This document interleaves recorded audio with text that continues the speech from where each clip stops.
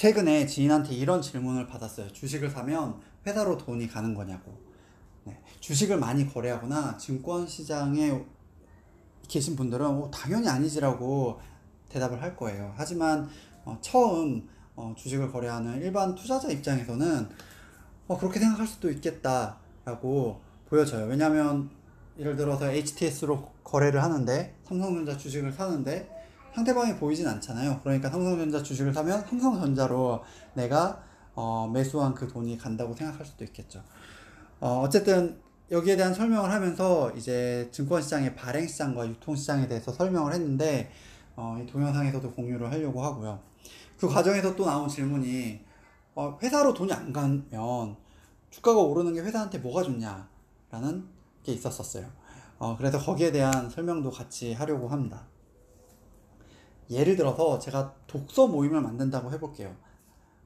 그리고 이 독서 모임은 회원을 10명으로 제한을 합니다. 그리고 이 독서 모임에 들어오기 위해선 멤버십을 사야 되는데 그 멤버십의 가격을 10,000원이라고 할게요. 그러면은 저는 처음에 10명을 모집해 가지고 멤버십 10장을 발행을 하는 거고요. 그러면 각 멤버십이 10,000원이니까 총 100,000원이 모였겠죠. 그리고 이 100,000원을 가지고 독서 모임을 운영하는 데 쓸 겁니다. 이런 시장을 이제 발행 시장이라고 해요.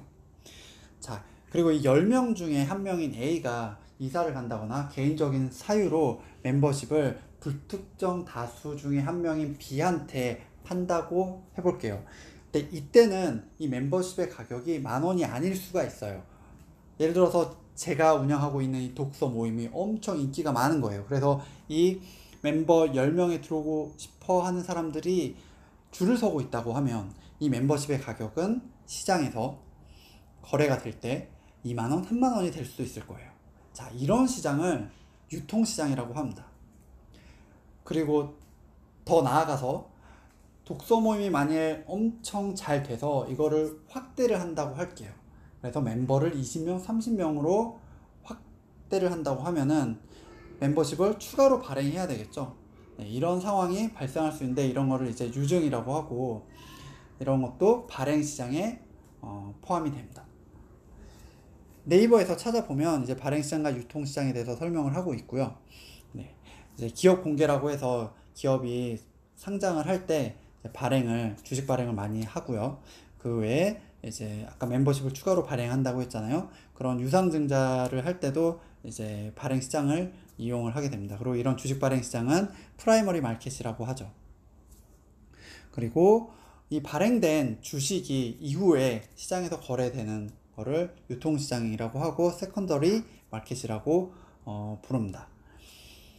블로그 중에 그 잘 설명해 놓은 블로그가 있더라고요. 여기 좌측 그림에 보면 기업이랑 투자자가 서로 주식을 거래하는 게 나오죠. 요걸 이제 발행시장이라고 하고요. 유통시장은 이제 기업이 끼지 않죠. 투자자와 투자자가 서로 거래하는 시장입니다. 네, 여기도 이제 발행시장과 유통시장 그림이 있는데요. 여기 채권 발행자라고 되어 있는데 이제 주식 같은 경우에는 이제 주식 발행자, 기업이라고 보면 되겠죠.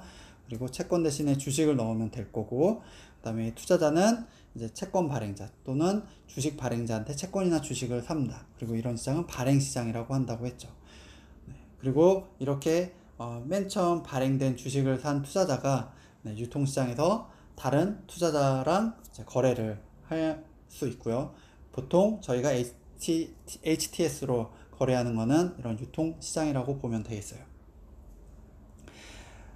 자, 그러면은 이렇게 유통시장과 발행시장이 있는데 유통시장의 가격이 저희가 보통 거래하는 주식시장에서의 가격이 기업한테 왜 중요하냐.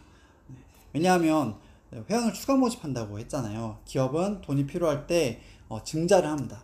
멤버십을 더 발행하는 것처럼 주식을 발행을 하는데 이때 발행되는 주식의 가격, 멤버십의 가격은 유통시장의 가격을 참고로 해서 매겨져요.